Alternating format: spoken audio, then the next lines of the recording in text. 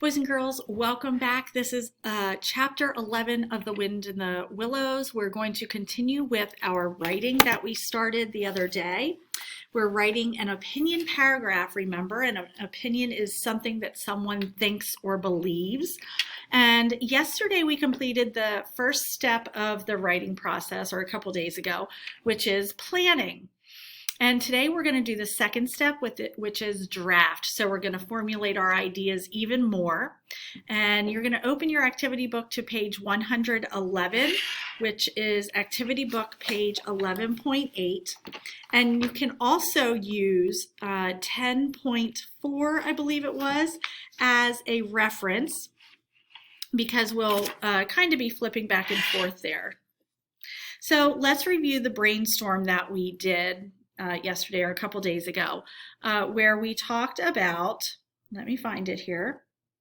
We talked about Toad being irresponsible, and we wrote that he escaped jail, he stole a motor car, the police were chasing him, he snuck out of a house, he lied to get on the train, disguised himself, stole a horse, and he crashed many cars. So that's what we did with our drafting. I'm sorry, our planning. Today we're going to use words and phrases from our brainstorm, our plan, to create sentences for our draft, okay? And we'll also be coming up with a title, and you can use the title that I come up with, or you can use your own. Sometimes kids, you guys usually come up with something better than I can anyway. And the first thing we're going to write in the draft is the topic sentence.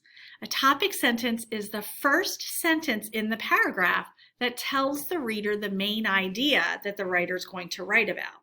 So if we're going to write about a character and a theme, we do not want our topic sentence to be about motorcycles, because that just wouldn't be informative for our reader.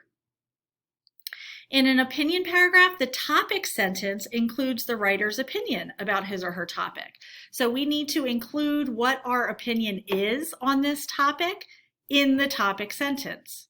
So in this paragraph, we will state an opinion about the chosen theme and character in our topic sentence. Here's an example.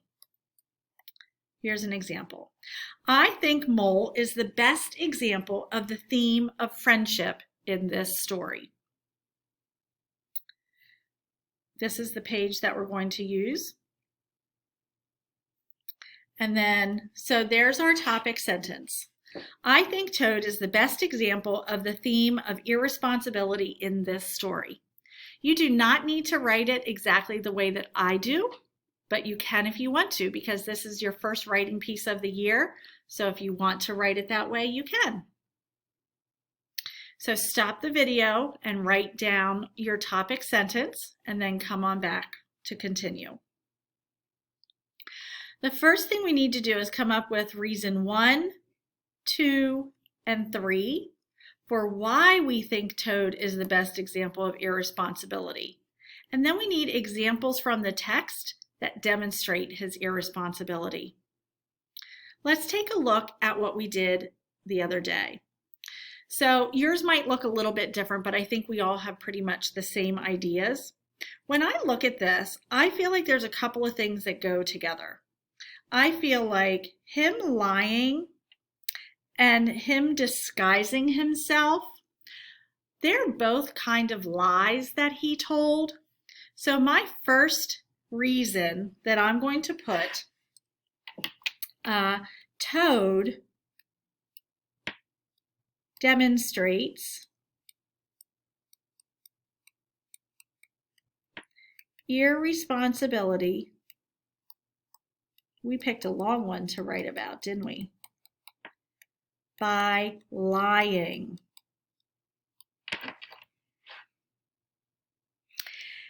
And the examples, stop the video anytime you need to write what you need to write in the boxes. The example that we have of him lying is he lied at the train station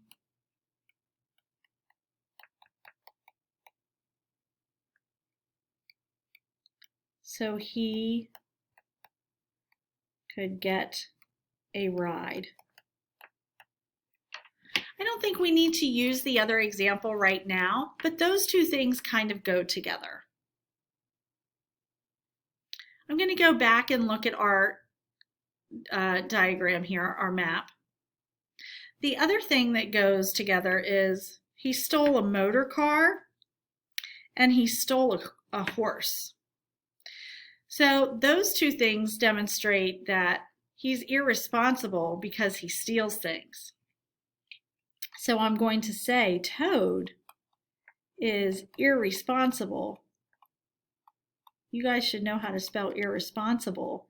Irresponsible, or irresponsibility, by the time you're finished with this. Toad is irresponsible when he steals things.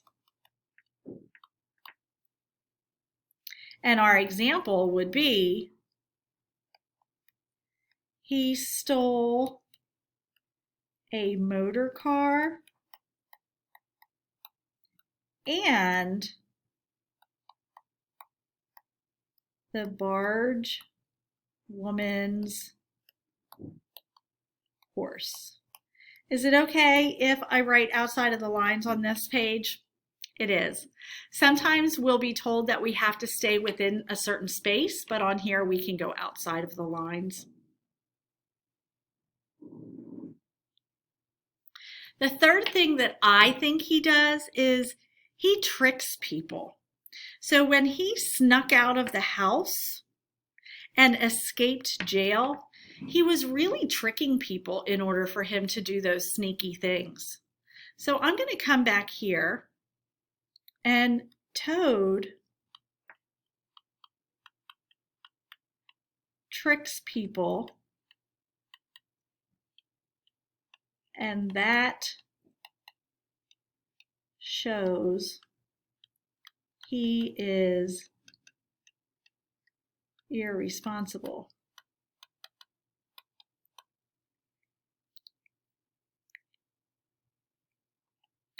An example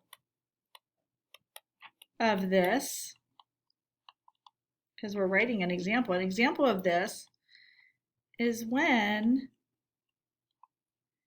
he pretends he is sick and then escapes from his friends. Again, boys and girls, you don't have to write exactly what I'm writing. If you want to use other things from your brainstorming web that we did, you may certainly do that and try it on your own. If you want to do one or two of mine and then try one on your own, you can do that as well.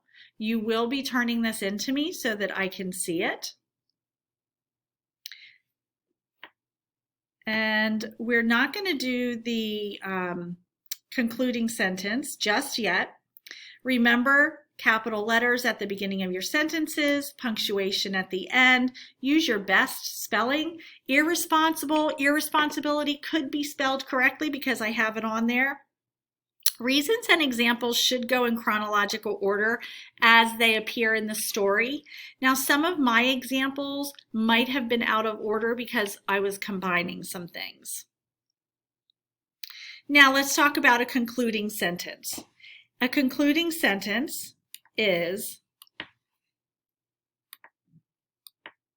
the last sentence in the paragraph that wraps up or concludes the information and often restates the topic sentence in another way.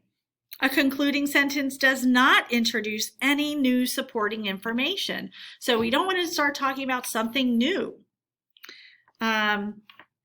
So let's see if I can come up with a concluding sentence.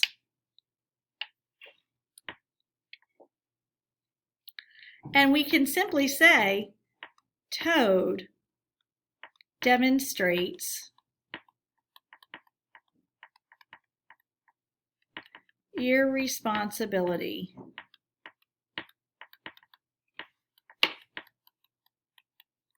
in this story. That's it. That's all we have to say. Toad demonstrates irresponsibility in this story. Again, you can use my concluding sentence or you can try one on your own. Make sure that you submit this to me, boys and girls, so that I can check it for you.